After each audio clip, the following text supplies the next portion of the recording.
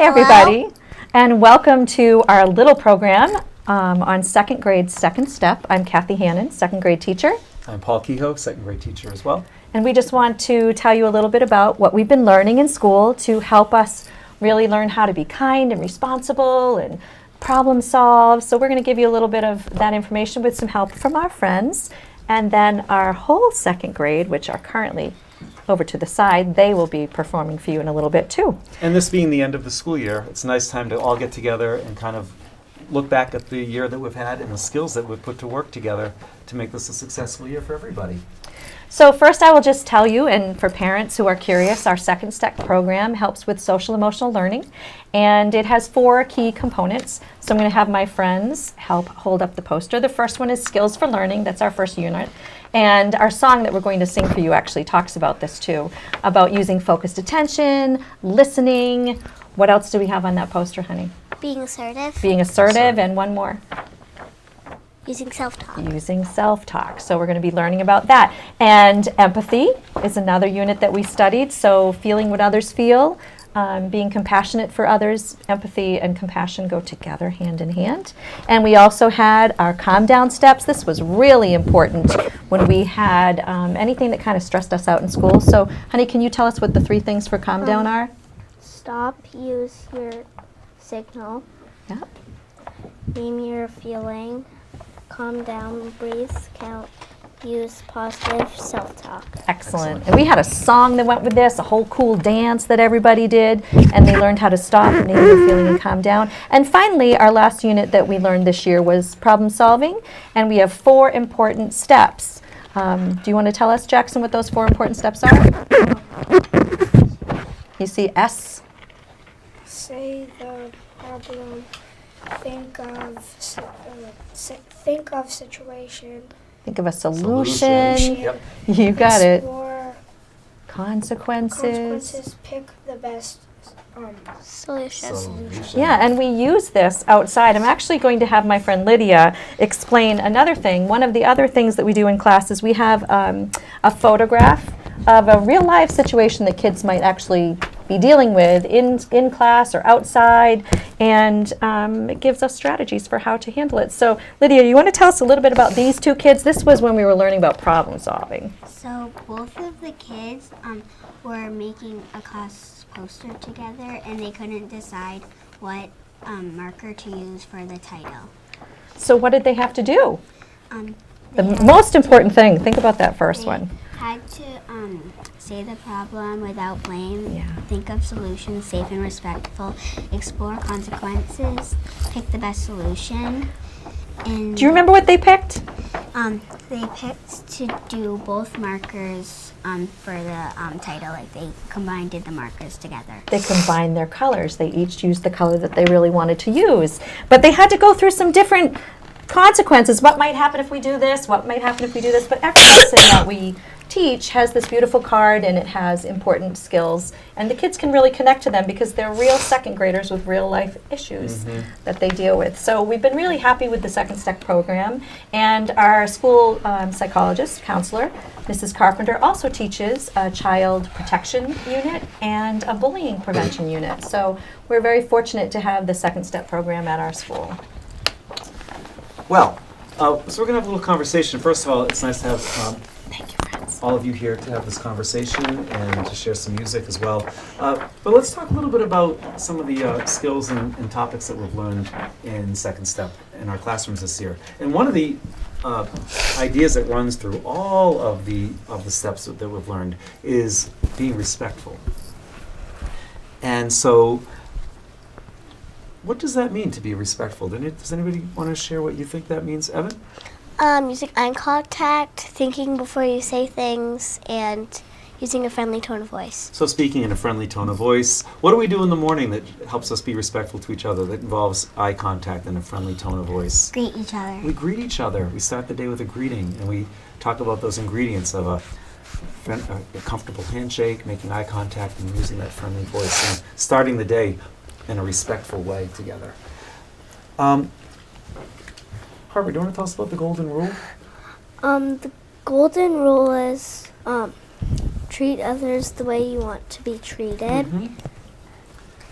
And that would be very respectful. Exactly. So, anybody have any other thoughts on respect, or respectful behavior, or how we can show respect during the school day, Evan? You could listen when a teacher is speaking or when Yes. anyone is speaking. Absolutely.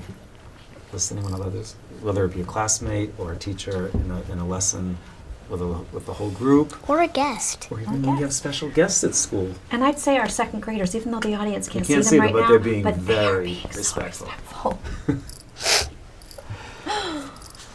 So let's talk about focusing attention. Okay, it's very important when we come to school that we need to know when to focus our attention. And Jackson, I've got a question for you. How do you ignore distractions in class? Because distractions happen sometimes when we least expect it. It can be other voices in the classroom, it can be other sounds, but when you're trying to get your work done and focus your attention, how do you ignore distractions?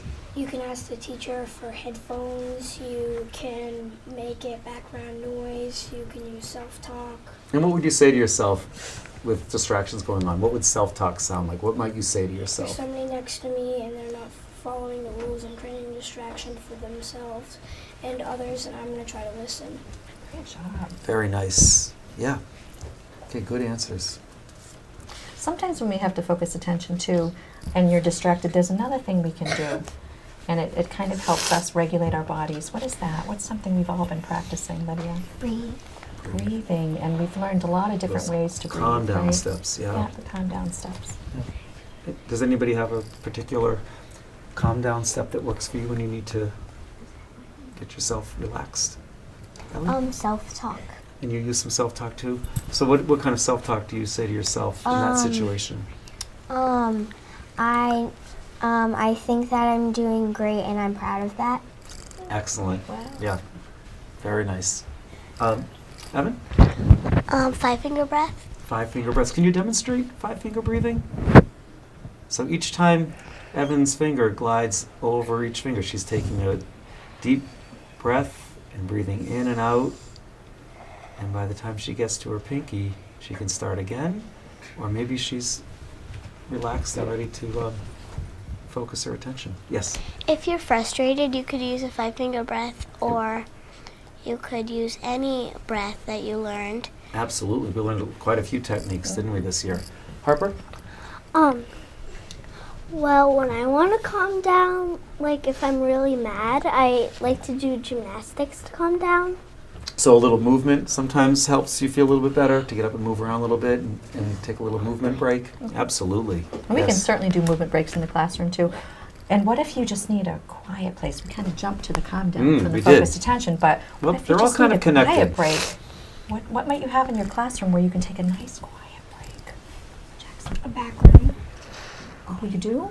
You have a quiet corner, spot? yeah. What do you have in? The peace corner. We have a peace, Peace corner, corner. yeah. And what kinds of things are over in the peace corner? I like fidgets and coloring books. And there's also a timer. There is, so that you can kind of get yourself back and come back to the classroom. And there are Yeah. joke books and all kinds of things that can kind of help you get your body just right, so that you can focus attention and be a learner. And that's part of what our song's Which is why we come to school, right? Yeah. So we want to get back to the reason why we came to school, to learn as much as we can and expand our knowledge and make connections. But these are great strategies that help us because sometimes we need them.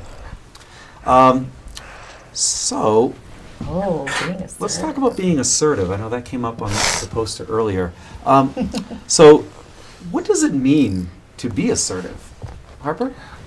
It means to ask what you want and need in a calm voice. Yeah, in a calm voice. Asking for what you need or want in a calm voice. Has anybody here ever had a situation where you needed to practice that skill of being assertive? Evan? My sister was kind of bullying me, so I was like, Avery, can you please stop? And she didn't stop, so I ended up telling my mom. Mm-hmm. And then my mom went up, and me and my mom were both assertive, and my sister stopped. Exactly. The great thing about this program is that the skills we're learning in school are applied outside of school too, which is the most important thing, to make those connections beyond the school day and to have the students using these skills in their daily life. And so that example shows that you were using that assertiveness with that polite, calm way of trying to solve one of your problems. So I'm very proud of you for that. Empathy. Oh, empathy. Feeling what others feel. There you go. Feeling what others Okay. feel. I think Ellie wanted to talk a little bit Yeah. about empathy. Empathy is noticing what people, if they're happy, sad, or angry, or mad, or glad, and noticing it and trying to feel what they feel. Yeah. You understand, right? And when you act on that understanding, that's called compassion. Because there are so many different emotions we feel in the course of a day, and just understanding that there are so many emotions, and to understand how another person might be feeling in a situation, and to be able to understand how they might be feeling, and to put yourself in that, in their mind for a little bit, is a really important skill to have. When Nice. can you show empathy out, like at school? I'm thinking outside too. I know that we Oh. see this in action Do you mean an recess, awful Mrs. lot. Hanna? I do. Yeah. At recess, maybe you see somebody on the buddy bench that might be sad, and you can come over to them and say, "I understand what you're feeling. I've went through it before." And maybe you could what? You could play with them. Yeah, Yeah. invite them to play. Great. Evan? If someone's body is droopy and they're frowning, that means they're sad. Yeah, reading people's body language is a great way to take a look and see if they might need a little support. Sometimes just asking, being noticed, and having someone ask how you're doing can change their whole day. Just like Ellie said, on the buddy bench, if Yeah. someone was sad, their body language would be droopy and their face would be frowning. Absolutely. So important to pick up on those signals of people's behavior and how they might be feeling based on their facial expressions. And to invite them to play and just to notice that, I think is just a really nice thing to do. We're really learning all the skills for connecting with others, Yep. you know, and character building, and this is what they will take with them forever. I wanted to talk a little bit about, sometimes in school, I know I do, we make mistakes. We do. It's just Happens. part of, in fact, they happen all the time, okay? But, how do we learn from mistakes? You learn from mistakes because that means your brain grows, and then it means that you just learned something new. Yeah, it's like an opportunity to say, okay, I'm going to learn something new now. And that's where we pull in our growth mindset thinking and trying our best, right, Evan? If you use growth mindset, in our classroom, there are two things of growth mindset and fixed mindset. And on the fixed mindset, it says if I don't do it, I won't make a mistake. And on the growth mindset, it says if I make a mistake, I will learn more. Absolutely. Got And if you use fixed mindset by saying if I don't do it, then I won't make a mistake, your brain doesn't grow and you don't get that knowledge that you need to learn. Beautifully Awesome. said. Yes, absolutely. I couldn't say it any better I know, myself. it was perfect. Yeah. Could have come right off our card. Mm-hmm.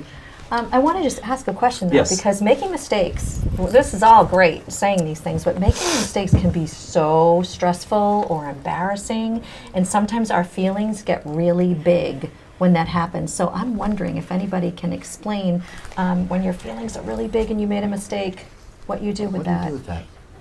Harper? Well, if you feel really frustrated with yourself when you make a mistake, you can breathe. There you go, that breathing Yeah, again. come back to those breathing steps. Jackson, add anything to that? You could use the Peace Corner as Mrs. Hannon. Henry. Yeah. Yes, you absolutely could. That might be a time to go just take a few minutes at the Peace Corner, get yourself centered again, and remind yourself of what Evan and Ellie just said about just being able to look at that as an opportunity to say, well, here's something that I've identified that I need to learn. And that's kind of exciting. So And Lydia, Mistakes are wanted to okay. add? You can use self-talk and say, I made a mistake, so now I'm going to remember what, and I'm going to learn more. Absolutely. Yes. Wow, they could just run this show. Seriously, all about social emotional learning and regulation and how to get their body just right for learning. And this all leads, Mr. Kehoe, to something really fun. Yes. One of my favorite things. Some music? I think so. A song? A little one. What's the name of the song? I think it's called Be a Learner. It is. And this song pulls together all of the skills that we've been talking about today. And then, as a special treat, when we're all done, I think we're going to have Mr. Kehoe pull out his talent with the guitar. And we are going to sing a Stony Brook anthem. Our own anthem. So that everybody out there knows that we came from Stony Brook Elementary School. Okay. Mr. Kehoe made up the Stony Brook anthem. And he is the original writer of Yeah. that song. Yes. Yeah. Okay, so Okay. here we go. So here comes some music.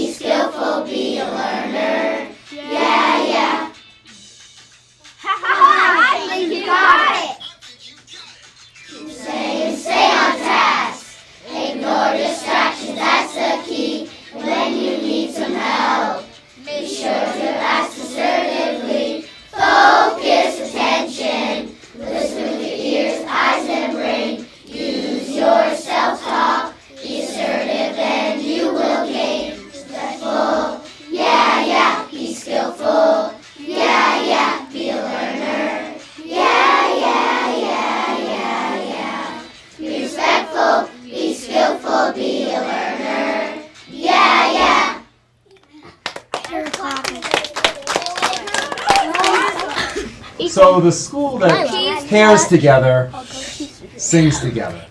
And so this song is an important song at Stony Brook Elementary School. It's one of our school anthems, and it's simply called Stony Brook. That's the name of my school. Are we ready? Yes, we're ready. Then let's sing a song. What is it?